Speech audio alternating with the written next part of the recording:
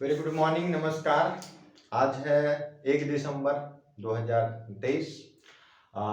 अगर आप सीजीपीएससी की प्रिपेयर कर रहे हैं, सीजीपीएससी के प्री के लिए प्रिपेयर कर रहे हैं, तो आपके पास केवल 70 डेज रिमेनिंग बच गए हैं। तो ऐसे में बहुत ज़रूरी है कि हमारे लिए उन सारे टॉपिक्स को पढ़ा जाए, उन सारे टॉपिक्स को अच्छे से याद किया जाए जो कि हमारे प्री के लिए इम्पोर्टेंस हो और हमेशा पूछे जाता रहा है। लगभग 8 से 10 साल के क्वेश्चंस का आप एनालाइज जब करते हैं तो उसमें पता चलता है कि क्या कौन से टॉपिक से क्वेश्चन मोस्टली पूछे जाते हैं। तो उसी के मद्देनजर हमने सबसे पहला सेक्शन जो पहला सीरीज है वो हिस्ट्री हिस्ट्री में एंशिएंट हिस्ट्री को चुना है। तो ऐसे एंशिएंट हिस्ट्री में सबसे पहले आज हम पढ़ने वाले हैं क्षेत्रीय डायनेस्टी, जो रीजनल डायनेस्टी थी छत्तीसगढ़ के, जो रीजनल यहीं के थे डायनेस्टी, जो साम्राज्य थे उनके बारे में जानेंगे। तो सबसे पहले जो डायनेस्टी था, सबसे पहले जो यहाँ पे रूल्स करा था राजर्षि तुल्य नामक शासक, उनके राजवंश के बारे में हमें जानकारी मिलती है। आरंग के ताम्रपत्र, आरंग के अभिलेख में उनका एक ताम्रपत्र, तांबे का लेटर जिसको बोलते हैं, तांबे का एक लेटर, उससे हमें जानकारी मिलती है। तो सबसे पहले हम डिवीजन करते हैं कि क्षेत्रीय डायनेस्टी के रूप में कौन कौन से राजवंशों ने यहाँ पे रूल किया। दो दो भाग में इसको डिवाइड करते हैं, दक्षिण कौशल के राज्य शासन और बस्तर के राजवंश। तो दक्षिण कौशल के राजवंश और बस्तर के राजवंश। तो बस्तर के राजवंश में आए गए नलवंश, छिंदक नागवंश और काकती वंश। काकती वंश जो है सबसे लास्ट इंडिपेंडेंस के बाद तक जो है यही काकती वंश ही वो डायनेस्टी होगी जो कि इंडिपेंडेंस के बाद जब देशी रियासतों का विलय होगा तो उसमें काकती राजवंश के शासक द्वारा जो है उसमें साइन किया जाएगा विलय पत्र में। तो सबसे लास्ट जो काकती राजवंश, जो सबसे लंबे समय तक का बस्तर में शासन करने रूल करने वाला जो शासक होगा, राजवंश होगा, वो काकती राजवंश होगा। अगर हम बात करें क्षेत्रीय डायनेस्टी में, सबसे पहले जो जिस राजवंश के बारे में जानकारी मिलती है वो ये राजवंश है राजर्षि तुल्य के बारे में जानकारी मिलती है। उसके बाद जो है सरबपुरी राजवंश, सरबपुरी वंश, उसके बाद बाण वंश, फड़ी नागवंश, शैल वंश। तो सबसे पहले जो जानकारी मिलती है राजर्षि तुल्य के बारे में, दूसरा जो है सरबपुरी वंश के बारे में, तीसरा जो जानकारी हमें जो मिलती है वो बाण वंश के बारे में, और चौथी जानकारी फड़ी वंश के बारे में, शैल वंश, और पांडुवंश या सोमवंश।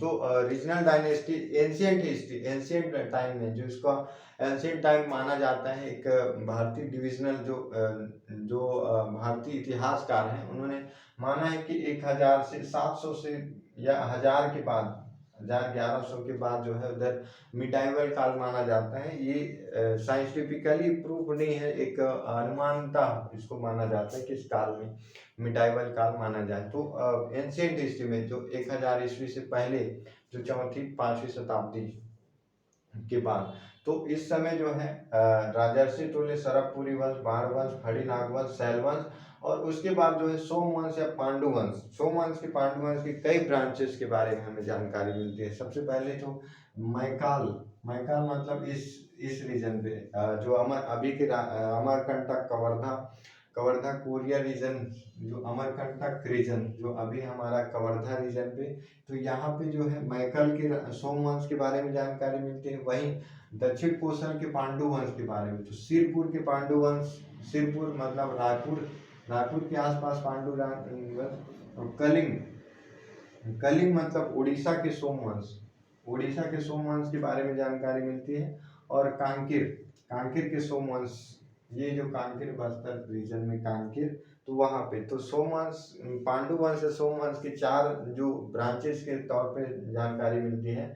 एक तो मैकाल जो अमरकंटक रीजन, सेकंड है सिरपुर वाला दक्षिण कोसल के पांडु राजवंश के बारे में, उसके बाद कलिंग जो उड़ीसा, और एक कांकेर कलिंग, उसके बाद जो है कांकेर, कलिंग, सिरपुर और उधर मैकाल श्रेणी। तो पांडु राजवंश के 4 ब्रांचेस के बारे में।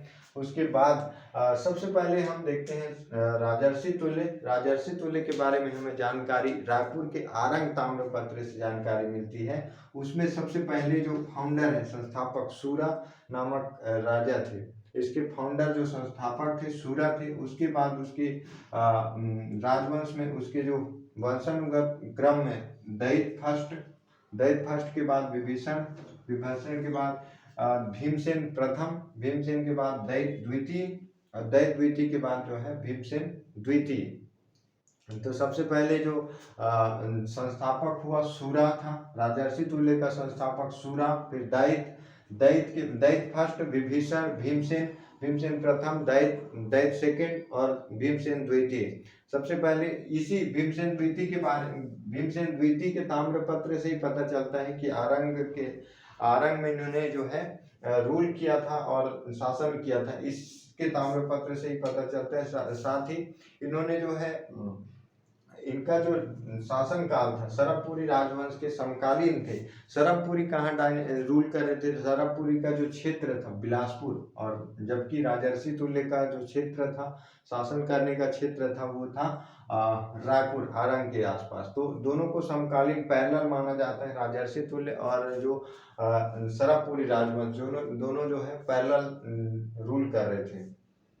तो इनके संस्थापक के बारे में हमेशा, इनके राजवंश के बारे में, इनके जो सीक्वेंसिंग में पूछा जाता है। सूरा फिर दैत्य, सूरा फिर दैत्य। सुर मतलब समझ सकते हो, इसको याद करने के लिए आप सुर जो राक्षसों को बोला जाता था, सुर फिर दैत्य भी बोला जाता है। तो सुर फिर दैत्य फिर विभीषण के बाद जो है भीमसेन फर्स्ट के बाद दैत्य द्वितीय, फिर भीमसेन द्वितीय। सूरा दैत्य विभीषण, सूरा दैत्य फर्स्ट, विभीषण भीमसेन फर्स्ट के बाद जो है दैत्य सेकंड और भीमसेन द्वितीय।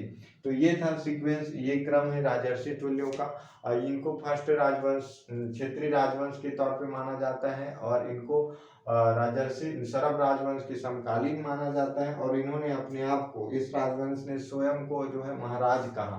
तो ये जानकारी जो है राजर्षि तुल्य के बारे में है। और इतने क्षेत्रीय डायनेस्टी के, बस्तर में रूल करने वाले 3 डायनेस्टी, मेजर जो डायनेस्टी है, नल वंश, छिंदक वंश, काकतीय राजवंश। काकतीय राजवंश के बारे में स्पेशलिटी की इन्होंने ही विलय पत्र में, जिस समय देशी रियासतों का विलय किया जा रहा था, तो विलय पत्र में इन्होंने शासन करने वाले जो शासक थे काकतीय राजवंश थे। तो ये था छत्तीसगढ़ के क्षेत्रीय राजवंश के बारे में जानकारी, सामान्य जानकारी जो हमारे एग्जाम के पॉइंट ऑफ व्यू से। एक बार क्या होता है कि जब हम ये इस सेक्शन को पढ़ते हैं स्पेशली, तो हमें हैबिचुअल तो पहले ही रहते हैं कि नेशनल लेवल के जो इवेंट है, जो राजर्षि डायनेस्टी है उनको, जैसे कि बात करें नेशनल लेवल पर मौर्य डायनेस्टी, गुप्ता डायनेस्टी, इन सारे डायनेस्टी के बारे में हम पढ़ते हैं, लेकिन इन सारे डायनेस्टी का हमें रिकॉल नहीं हो पाता। तो इसलिए बार बार इसको रिवीजन करने की नीड होती है, इसको पढ़ने की जरूरत होती है, ताकि जब एग्जाम में इनके बारे में पूछा जाए तो क्लियर क्रिस्टल हमें दिखे कि ये डायनेस्टी रूल कर रहा था, इसके जो शासक थे ये थे। तो मिलते हैं कल के वीडियो में नए डायनेस्टी के साथ, सरबपुरी राजवंश के साथ, जो कि बहुत लॉन्ग टाइम में और रूल अच्छे रिफॉर्म भी करे हैं कुछ शासकों ने। तो उनके साथ मिलते हैं। आई होप कि मेरा इनिशिएट आपको पसंद आएगा तो लाइक करिएगा, शेयर करिएगा उन सारे दोस्तों तक जो भी CGPSC की तैयारी कर रहे हैं और अपनी तैयारी को एक नए आयाम तक ले जाना चाहते हैं। वीडियो में बने रहने के लिए आप सभी का बहुत बहुत धन्यवाद। और कमेंट में जरूर बताइएगा कि कैसा लगा और क्या कमी है, कैसे उसको इम्प्रूवमेंट किया जा सकता है। बहुत बहुत धन्यवाद वॉचिंग। Thanks for watching.